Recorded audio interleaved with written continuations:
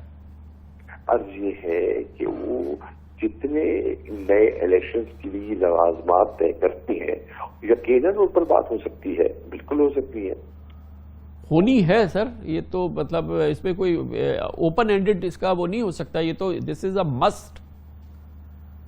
یس, تو we are not seeing no to that. Absolutely. بہت بہت شکریہ جناب مخدوم شاہ محمود قریشی ہمارے ساتھ موجود تھے.